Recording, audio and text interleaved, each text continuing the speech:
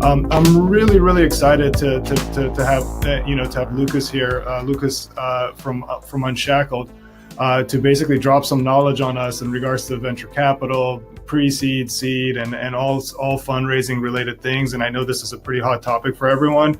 So I'm going to go ahead and lob it over to you now, Lucas. Maybe you can give us a little bit of a an introduction on yourself, and kind of what Unshackled does, and then we can kind of get into the webinar. Absolutely. Mike, thanks for having me. It's great to be here. Great to be talking about fundraising and talking about Unshackled as well, and kind of the value prop we have for entrepreneurs. So a little bit about my background to get us started. I'm one of those guys that got into venture straight out of our undergrad. Been investing since my junior year with Dorm Room Fund. Spent some time on the corporate venture side, working at Unshackled Ventures, investing in aerospace, and then moved over to Unshackled about a year ago. I basically help Unshackled from deal sourcing to supporting portfolio companies, also supporting on some admin tasks as well. But the bulk of my work is really in meeting entrepreneurs and telling them about the Unshackled value prop and help guide them through the process of decision making. I don't know how much of you guys in the audience know about the Unshackled value prop, but we do PreSeed for immigrant founders. What that means is that we lead extremely early rounds in teams that have at least one person who was not born in the United States. And the idea is for us to come in early and support the companies throughout their life cycle. And then in all stages, be a high conviction investor, a high conviction supporter, and really invest in people's superpowers. And what I mean by that is not only the idea that team comes first, which is something that I think you hear all VCs say, but for us, it's extremely important to understand the entrepreneur's personal story and how does that tie to the problem they're trying to solve. And that's the key element we use in our evaluation. Being a fund for immigrants, we also know the challenges that immigrants face. I'm an immigrant myself from Brazil, and we have a suite of products that we use to support our founders, and the main one of these being immigration support. So that's kind of an overview about Unshackled, and I'm sure you press some more specific topics around it as we go today. Definitely. I mean, I'd love to kind of have you maybe elaborate. You briefly mentioned superpower in regards to like entrepreneurship and how you kind of think about this. You want to kind of maybe elaborate on that a little bit and just kind of give us a thought about, how you all, or what goes in your mind when you think about a superpower with regards to entrepreneurs? Yeah, absolutely. I think there's no perfect person. There's no perfect founder. And we oftentimes see a lot of people spending too much of their energy trying to improve traits that they see that they're lacking on, right? Instead of really leveraging on the things they're really good at. And it takes a little bit of self-awareness and self-confidence, frankly, to go and hone in on the strengths that you have as a founder. And I think we look for people who, either by experience or by self-awareness, ideally both, have had the understanding of what makes them unique as a founder and how do their uniqueness tie with the team.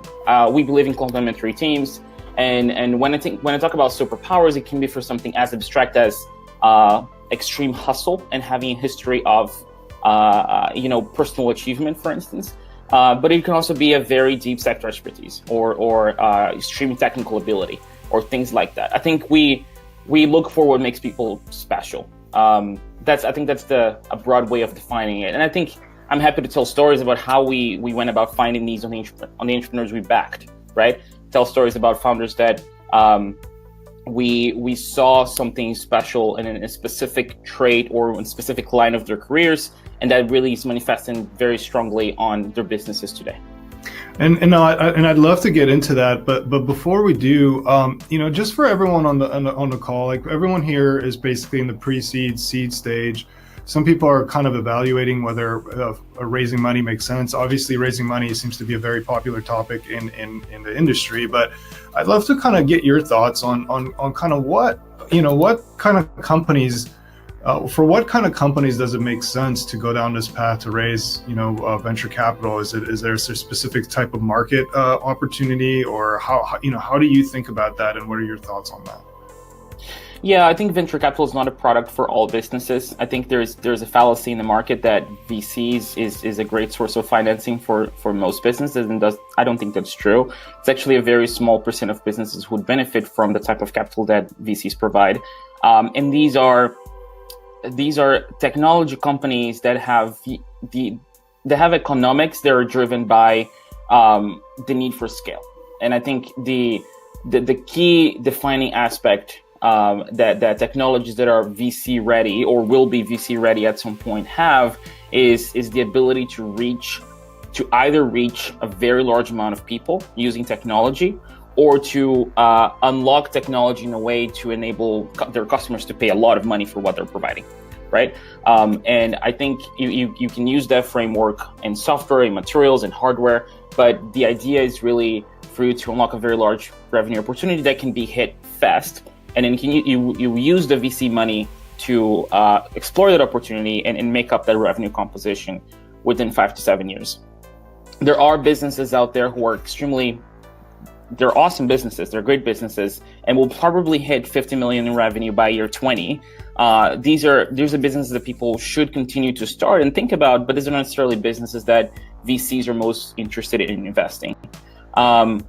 The litmus test is: do you see a path? Do you see a growth in the market that's so outrageously obvious, and you see the team coming together to really leverage an opportunity that's so large that it's possible for you to get to $100 million in revenue by year 7 or 8?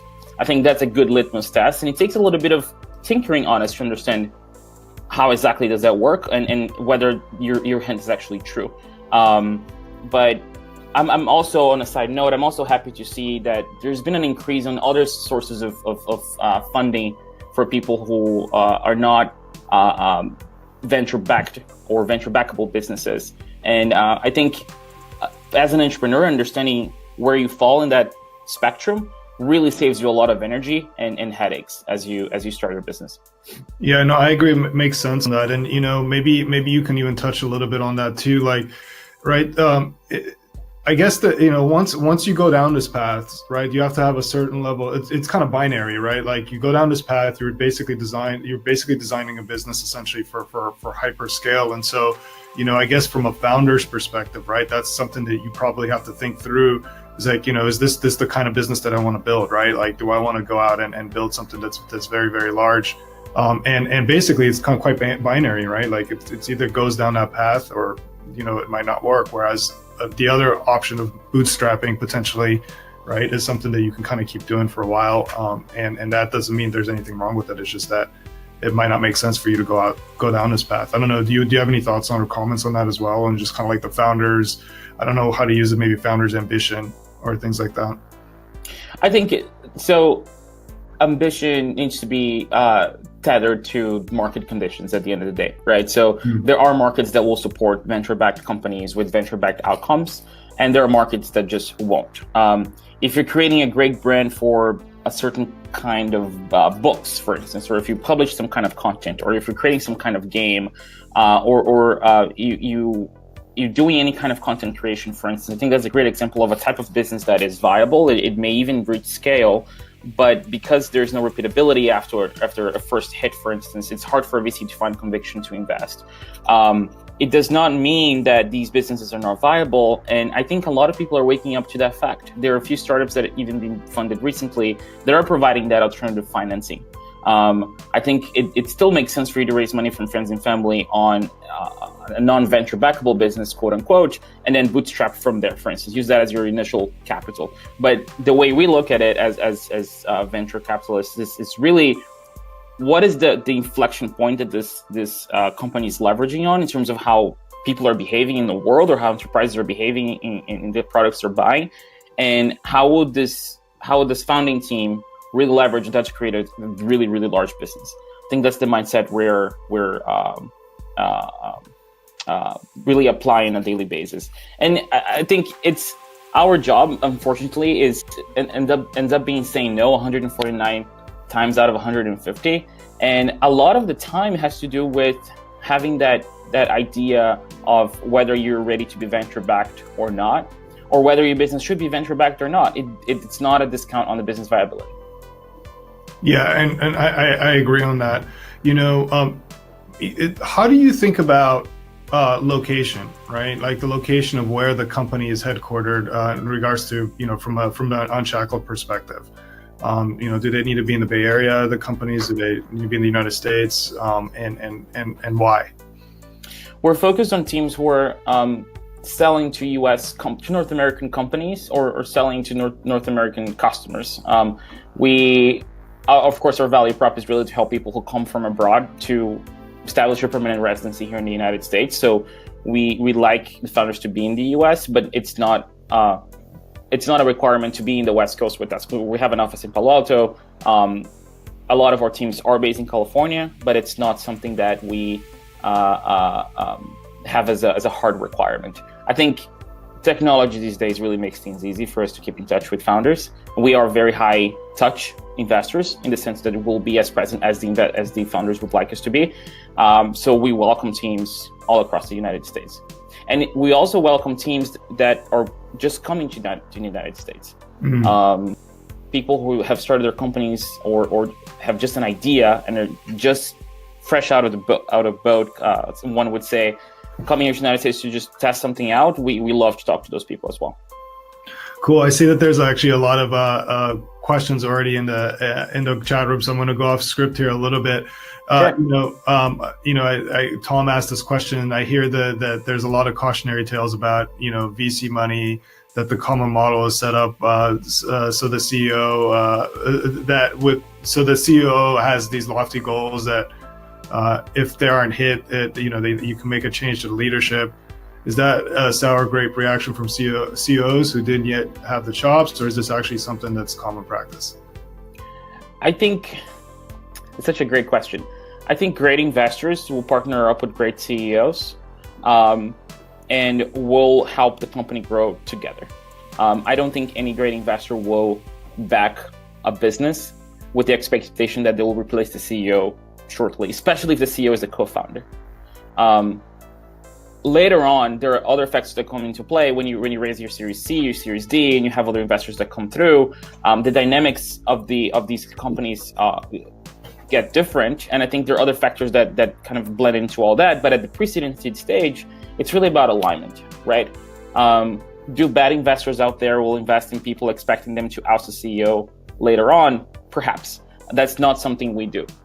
We invest for us, it's about high conviction. It's about high conviction on the founders primarily. So we're on with the founders all the way. Yeah, sometimes also just to piggyback on that, Tom, sometimes look, some people are really good at getting the company off the ground. They're awesome at that. But maybe they're not as good at running a 100-person or 1,000-person or sometimes 10,000-person company, right? Not everyone can make that transition all the way up, and that's the reason why there's sometimes a change. And sometimes it happens where the founder is like, "Hey, I don't want to do this," because it's a completely different thing, right? It's like getting something off the ground is much different than, basically running a city, right? It's just a kind of a different concept. So that's why that happens. But it seems like in the industry in general, most people right now are looking exactly like Lucas said about in regards to alignment. Can everybody be aligned on the same page to kind of get really good outcomes for everybody? Hugo asked the question for a VC: what's more important, innovation or profitability? Innovation that leads to profitability. I think that's what we're looking for. Innovation for the sake of innovation, it's not. It doesn't create businesses. It creates interesting tech. We're not investing in interesting tech. We're investing in great founders building great businesses, right? If you can prove, and that's why I think one of the biggest things we look for, and I'm going a little bit off the question, but one of the biggest things we look for when we hear, for instance, someone talking about a product that is built over years of research, or there's a hard tech kind of vein to it, we really look for the customer perspective on that. Many companies that are building biotech solutions or building transportation solutions, for instance, that are leveraging some of the latest innovations in battery technology or new ways to extract protein, for instance, from certain kinds of vegetables. And when you see the technological wealth that these founders have, you get impressed. But we only go forward when we actually see the other side of the ecosystem, the customers really ready to adopt these markets. There are many research projects that fail to become great businesses. So I think innovation in the context of VC and what type of innovation we're looking for. It's really what can be leveraged into an amazing new product. And sometimes it can be simple, right? It doesn't have to be something that the world has never seen before. Maybe it's something that the world has seen before, but it's just packaged in a different way. Pretty funny question here in the chat room. Are Canadians considered immigrants from your perspective? Yes. We have invested in a couple of Canadian teams, actually. That makes sense. Swati asked a question. She says that her startup is basically tech-enabled and a blend of basically wellness and real estate. What are some alternative options for funding for companies that are kind of in a niche space, such as wellness? So I don't think there is a divide between, so there's two things I'll say here. First thing, just because you're in certain spaces doesn't mean that you are venture backable or not venture backable. I used the media example before, content creation. It's something that usually lends itself to non-venture backable businesses, but it doesn't mean that you cannot have a company in media that's not venture backable. So just being in wellness does not make you not venture backable. That being said, it really has to do with the business model and potential reach, right? That being said, if you identify that VC is not the right type of financing for you, kudos. I think that's a great beginning in terms of understanding where you should spend your time as an entrepreneur. There are, I think, angels and people who will put money based on their personal experience with you as a founder are still a great option, even though because they have different requirements around ownership and liquidity events and things like that. A lot of them will come in as partners and will help you. I think they are still a good option, especially people who are experienced executives or entrepreneurs in the space, because at that point they're mostly trying to help you and your business. There are emerging solutions for small business financing. There are small business funds in the United States. That's a growing scene. There are startups that are offering that more interesting or more favorable credit lines to small businesses that you could use to bootstrap. I think it's a good practice if you're not raising venture money is really to find a way to kickstart your revenue engine and really to start making money from customers as soon as possible, even if that means growing a little bit slowly. And I think all in all, the type of support and the type of the ability for you to raise money as a non-venture backed business is something that is there's a growing ecosystem of people who are following that path. There is a group called Zebras Unite out in New York that I think is really interesting. You guys should check it out if that's the path you guys want to go. It provides resources for people who are in that boat. So I think that the number of resources will keep increasing. Cool. Carolyn asked a question. Do you have any suggestions on getting, radically honest feedback about why a founder or company doesn't align with a particular VC strategy? I think what she's referring to, Carolyn, if I had to kind of elaborate on that, is sometimes, you get a no will sound like not now or something like that. And it's really unclear to the founder why maybe someone passed. I think Carolyn's trying to figure out how she can kind of figure out exactly why, so she can use that to improve her next pitch or whatever. Yeah, I think there's a few things here. So oftentimes being in a program like Founders Institute or an early accelerator can give you access to feedback that's very directly applicable to your business. And I think these folks are not necessarily on an investing position, but they pretty much have a similar wealth of knowledge that VCs have, which is having seen many companies in the space, or many companies who have similar problem sets before. So that feedback is valuable. Just because it's not coming from an investor, it doesn't mean that, or just because it's not coming from an institutional investor, it doesn't mean it's not relevant. That's one. Two, some VCs will be great at providing you feedback right away. I always advise founders to ask at the end of each meeting some form of what do you think about this, or what are your early thoughts? Because the best investors will come to you and say,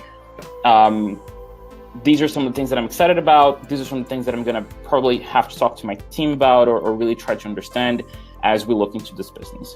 So probing that when you're on a call with them or at the end of a meeting, I think it's a great way, because it's hard to get that feedback via email afterwards.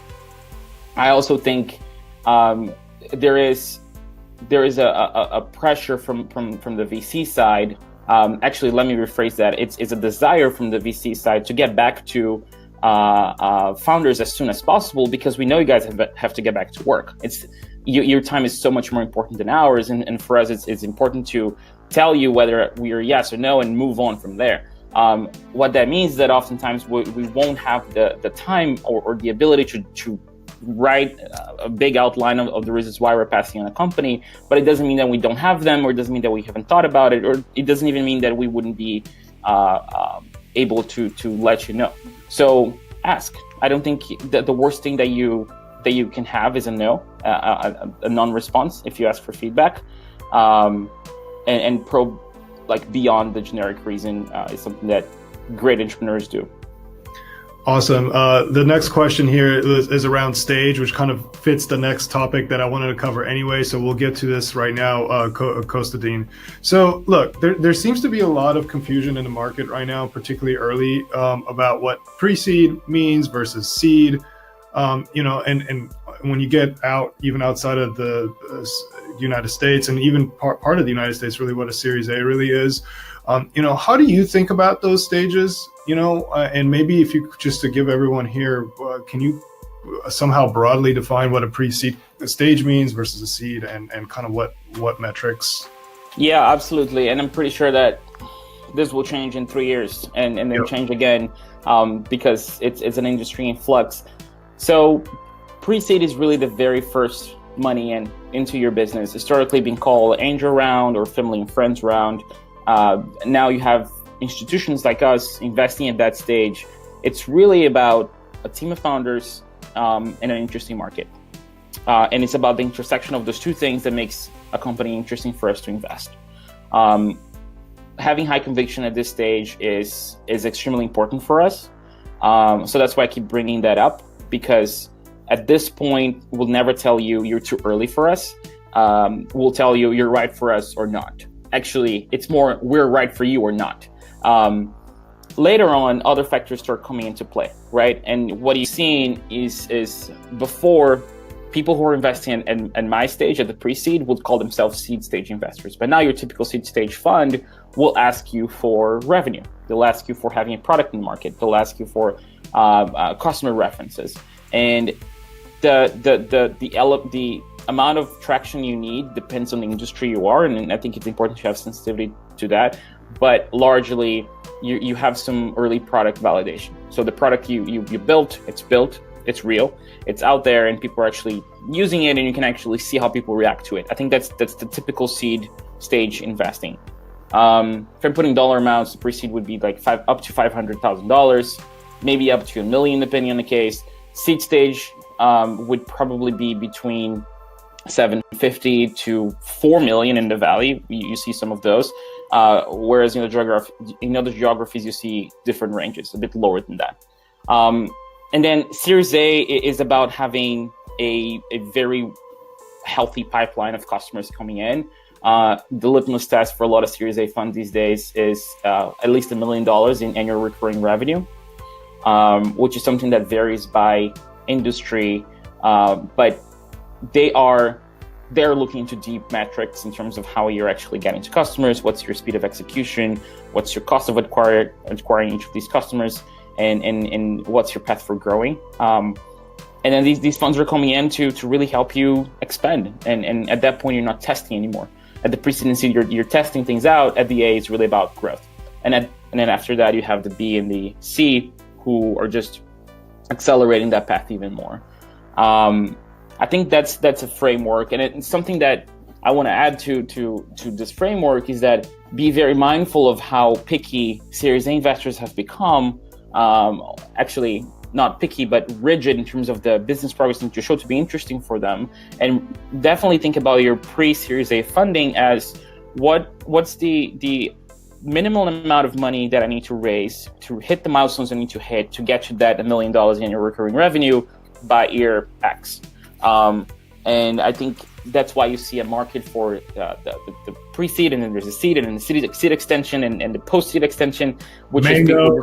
is exactly mango seed, which I never right. So you start seeing this because you just delaying, and the founders are getting diluted, and there's this the progress feels a little stale, but it really has to do with making sure that you understand the milestones you want to hit with that financing and raising enough to hit those milestones, right?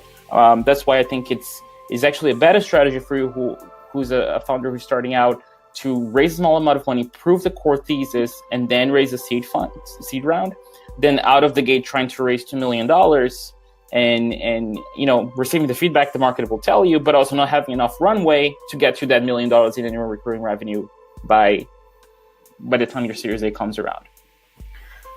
This is, I think, a great point where maybe we can start, maybe if you can think through like an example, so that we can really kind of use this example of a company potentially in your portfolio about how you basically evaluated them at the pre-seed stage and decided to make an investment, and kind of where they were, what they had, so that we can really get kind of like start to maybe use a concrete example to define a pre-seed-ish, if you have an example that you'd like to share, that'd be great.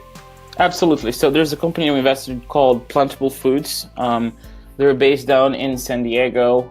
They're building a different method for extracting and refining a protein source from a vegetable legume, actually called lamina, which comes from aquaculture.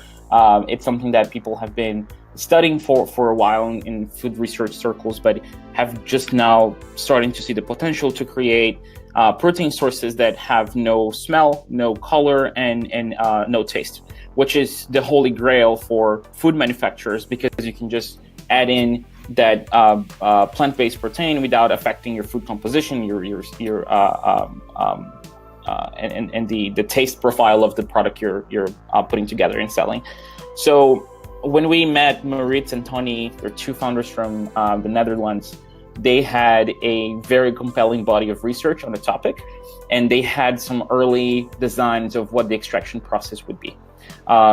They had been doing testing with some organizations in the sector for a few months, but there's no product made. There were a few key tests still to be done to determine viability, so it was really at an early stage. But the team composition was set. At that point as well, they had gotten early validation from CPGs that product would be interesting for them to buy, and it's something we also validated independently in our process. So I think that's an example of something that is not software. It's based on a body of research that we validated interest from the market, and we saw a team that had a great grasp on the business fundamentals, in addition to having a lot of technical expertise. That's one example. And then that was enough for us to invest in and create conviction around it. Another example that I think it's complementary to this one, we invested in Purva Gupta, from the founder of Lily AI, who came out of Founders Institute about 3 years ago, a little bit less than that. And at the time, she had a dream, and she had a body of research in psychology and women's psychology that she wanted to use to tackle problems in retail. And she came to us with a series of ideas on how she would go about exploring those things. A brilliant co-founder that added to her own brilliance, and we started working with them and saw how much grit and determination and the ability to really go beyond. It was so easy to see how driven she was, but also how well she went about creating the first few iterations of the product. And then we invested in them as soon as she was coming out of Founders Institute, and they raised multiple seeds from some top tier funds here in the Bay Area. But that's a software example, a B2B SaaS company who we came on in the very early days because we're extremely impressed with the founders.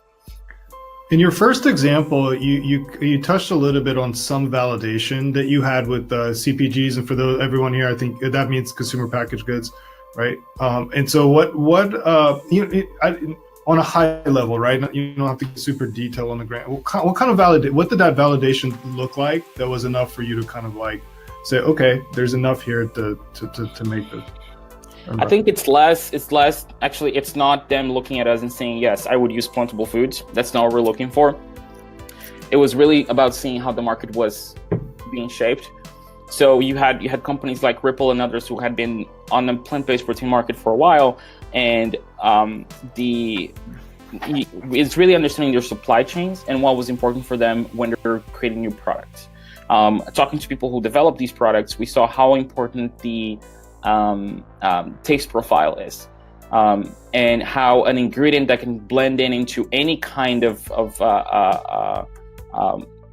food makeup or food ingredient composition, how helpful that will be for them, how would that actually decrease your costs, and how that would actually just widen the number of different food products that could actually have in the pipeline, and therefore increase revenue. So when Plentiful Foods told us why their product was amazing, which is something that I think we look for in entrepreneurs. You need to be able to articulate why your product is unique, and really understanding the market and the technology behind it. I cannot highlight this enough. So many founders we talk to, they have an idea of what makes your product unique, and that idea is not validated by the market, because there are other people out there actually have it better or have it as good as, or that the single thing that they're working on that will make their product better, at least according to them, is actually not relevant to the customer. And that's something you quickly find out as well as you go through diligence. So for Plentiful Foods was really about seeing, okay, the value prop that they're selling us actually makes a lot of sense for the customers. Therefore, there's a business case to be made here. I think it was the intersection of those things that really make us, get conviction and invest in. Thanks for that example, by the way. I think that answers your question, Swati, about you kind of building this product that's not as doesn't have an app component to it. Hopefully that's helpful. I'd like to dive in a little bit more on process. So how can how do founders get to you, right? Like how do they approach you? How do they get in contact with you, and what are some of the best practices on doing that effectively? Yeah, every single application, every single founder that reaches out to us, either people that get introduced to us directly or people that come through our website, every single person, every single company is reviewed by at least 2 members in our team. What that means is that if you just go on our website and submit your deck and your information on the pitches link, I will be reviewing that application as well with Maria within a couple of days. And we would try to do that, as you may guess, there's a very high volume of people that come through. So we get back to people within a week time frame, with basically, yes, let's jump on a call and learn more, and then, or no, that's not a fit at this time. I wish we were able to provide extremely tailored and very specific feedback to everyone that applies to us. That's just not feasible from a time perspective. But if you jumped on call with us, and if you actually pass that first stage of the process, where we're basically evaluating just elementary fit, we always provide you feedback either via email or on a call. So after that initial review, we'll have a conversation between either me and Maria, one of the 2 associates, and then one of the GPs. We'll sit down and chat for about 20 minutes. And really understand if there's an interest hearing moving forward. After that, the conversation is really focused on the superpowers and then the market conditions. And then after that, we'll have different conversations with the general partners, assisted by either me or Maria, that will actually drive us to conviction. So reaching us is extremely easy, and I think the idea for us is to really break down barriers and have people not feel feel confident about reaching out. Something that I always like to underscore is that it's never too early for us. Never. If you had an idea yesterday, and you want to talk about it, we would love to. The first thing we'll see is whether your experience and your profile fits the market you're operating on. And then if there's more customer validation to be done, we'll tell you so, right? But we're not necessarily looking for a lot of traction and customers in your pipeline. It's never too early. So somebody basically was able to get past that first filter, and I guess what's the next step? The next step is a call you mentioned, or maybe a meeting. What does that look like? What does that meeting look like? What, is it, is a founder with a deck going through it, or is it a conversation? I don't know. Just give us some thoughts basically on how you manage, how you run a meeting like that. Happy to. So that first meeting, it's really about understanding three things. So we're trying to understand your superpower as a team. We're trying to understand what are the inflection points in the market, and you usually go in that order. So what's special about your experience and what you're bringing to the table, what's changing in the industry, and then how are you using these things to create something that's unique. We can usually get through those things in about 15 to 20 minutes.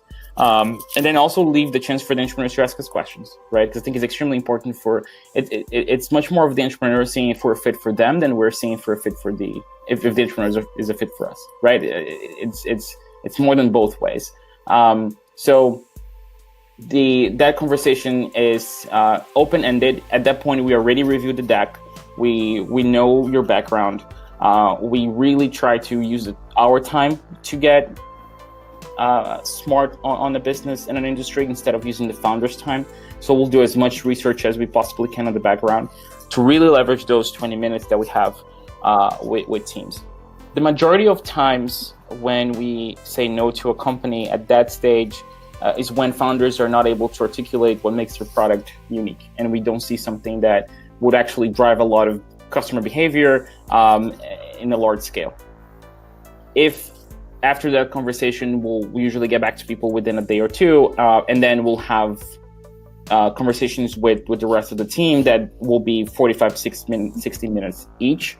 From a process perspective, we've invested in companies that we had met 3 days ago. So there was 3 days between meeting and actually investing. And we invested in companies that we met 8 months before investing, because we created a relationship, and not because the whole time was a diligence process, but because we kept in touch and that relationship kind of built over time. So there is really no there's no specific timeline we follow other than just trying to be respectful of the founder's time in every single point of the way.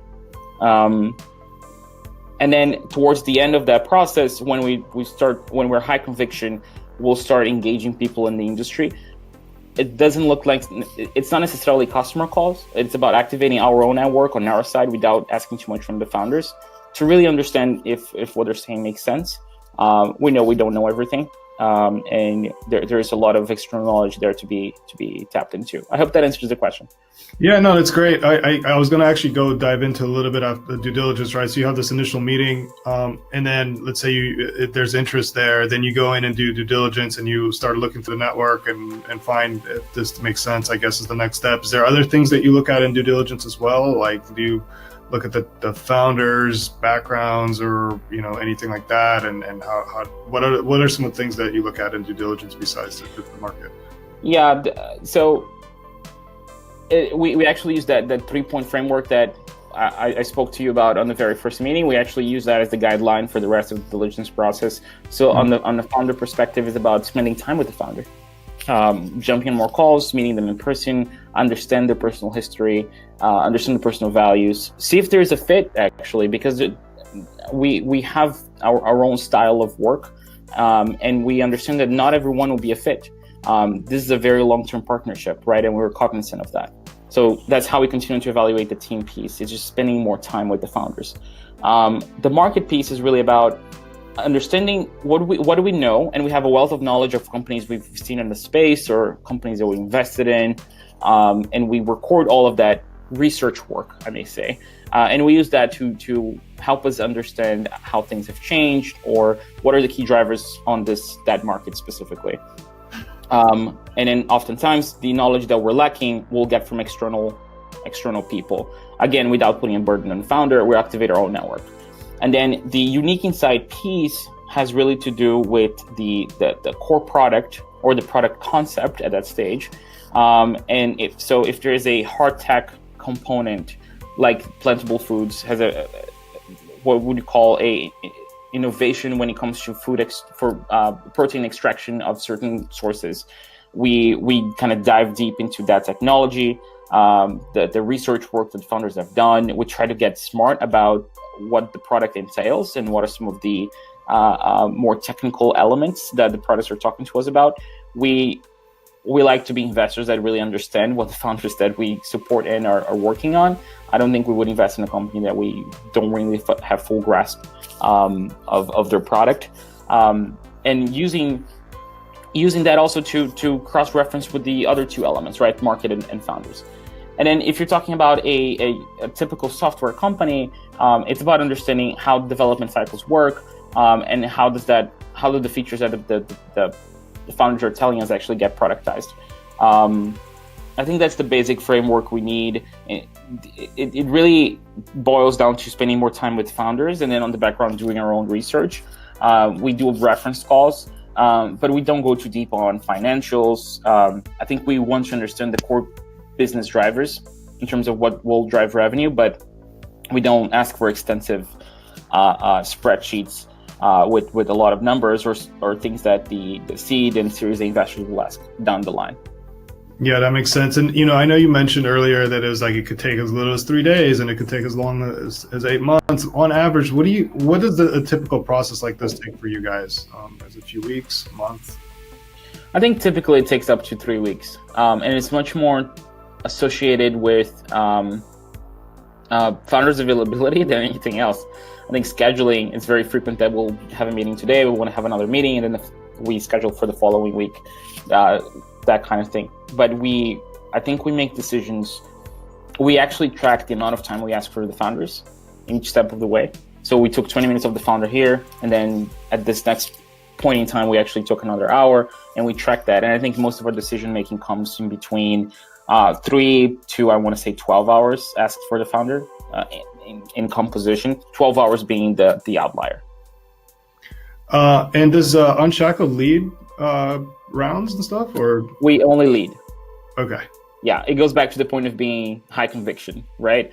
We are, even if you have no other investor interest, or if there's no angel investors on the pipeline, or even if we're the first people you talk to, we'll evaluate your business in isolation and then basically ignore other investors' interest at that stage. Because I think this is the type of capital that the pre-seed world needs. And we're not swayed by different kinds of external validation.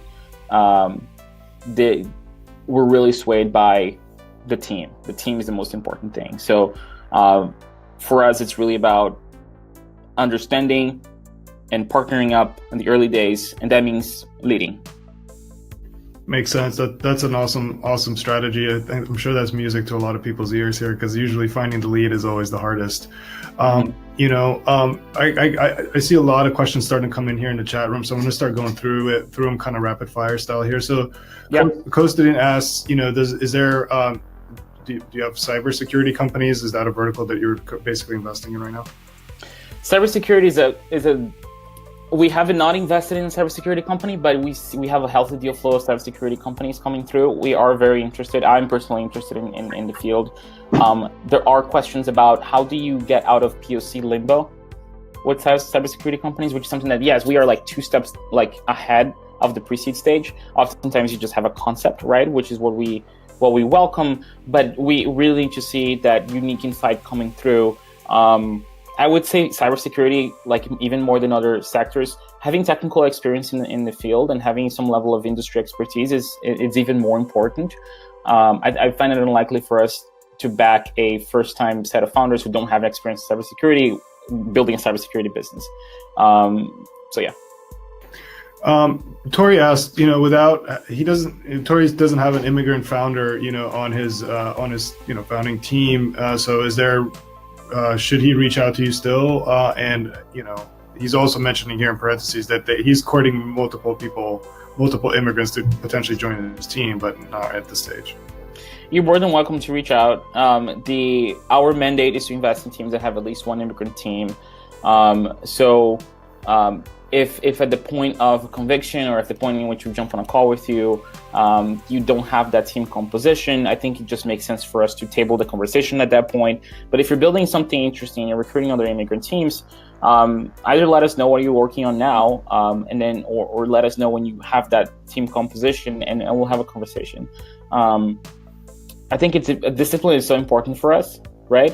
We really don't want to deviate from our core goal here, and I'm happy to see other pre-seed funds focused on all kinds of founders, not a specific type of founder. We have a very specific product, and we would love to just continue being as focused as we have been so far. Tom asked this question around debt. How big a deal is it that the business has run up debt but has really good traction because of it? Is that an issue in your diligence process? How do you look at that? It depends on the stage. If you have a lot of growth and you raise $500,000 in debt, you're probably not a stage fit for us anyway, because you're not at the early formation stage. You're probably more of a fit for a C or even Series A company fund, depending on how much revenue you have. But I think debt is a great choice for some kinds of businesses, but not others. If you're building a standard software company, I find it hard to see why that would really benefit you, or why would that not count against you on a VC evaluation process. But if you're building hardware, for instance, and if you needed some level of financing to get there, or if you're building something that it's costly to produce, I think it might make sense. It's really on a case-by-case basis, and we don't see it very much on the pre-seed stage. In 90% of our companies, we're the very first investor in. So at that point, people have raised nothing, like not even that. Juan asked the question, have you invested in a startup that basically kept you updated? So I'm going to elaborate on this one because it's a little bit unclear. But basically, let's say you met with a startup and you had some concerns, and maybe initially, but they kept you updated and they kind of resolved those concerns, and then you ended up investing.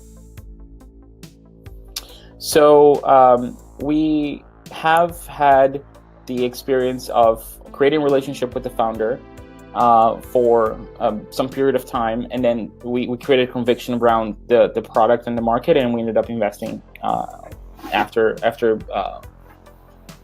like some progress.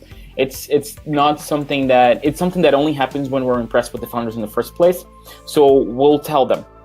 So I think what we hate is this VC practice of saying you're too early. I think we want to avoid that as much as possible. So we'll never come back to you and say, hey, come back to us in 6 months when you have more traction. We like you, and just to keep that optionality open. No, we'll tell you, hey, I don't think we're a fit. But if you'd like to keep us posted, we would be more than happy to. I think the likelihood of that evolving into a relationship is smaller than what it would be for a typical seed fund, but it does happen. I think if we give you feedback on unique insight and you actually find something that really cuts through a market and it's super compelling for customers, we want to hear about it. And hey, we make mistakes as well. We pass on companies that we shouldn't pass. We try to minimize these as much as possible, but entrepreneurs keeping in touch with us helps us understand where we fell short, right? So for us, just to summarize, we'll never tell you too early. You're more than welcome to keep in touch. The likelihood of us investing after the first review is smaller than what a seed stage fund would be, but it's still there. So I'd encourage everyone to do it. Neil asked a question about the enterprise space. Does Unshackled have any strategic partnerships which can assist with oil and gas startups? We have a company called Bluefield that is basically tracking methane emissions on the atmosphere using satellites. They're selling to a lot of oil and gas companies. We have built a wealth of knowledge and a lot of connections in the space. As a pre-seed fund, we we're not necessarily bringing in a lot of CEOs and CMOs to hang out with us over a weekend type thing, which a lot of later stage funds will do. But we do have direct access to a lot of the prominent people in the space, other investors and executives, and we also hustle to create our network every time we invest in a new field. We invested we knew a number of people in food technology, for instance, when we first invested in Plentiful, but that network has grown like exponentially because we're supporting Plentiful now. So even if we didn't, we would create that network pretty quickly.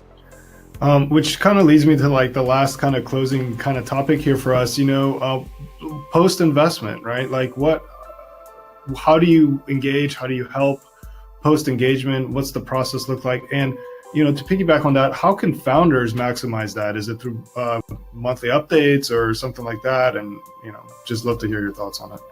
So we like to put ourselves as wartime VCs.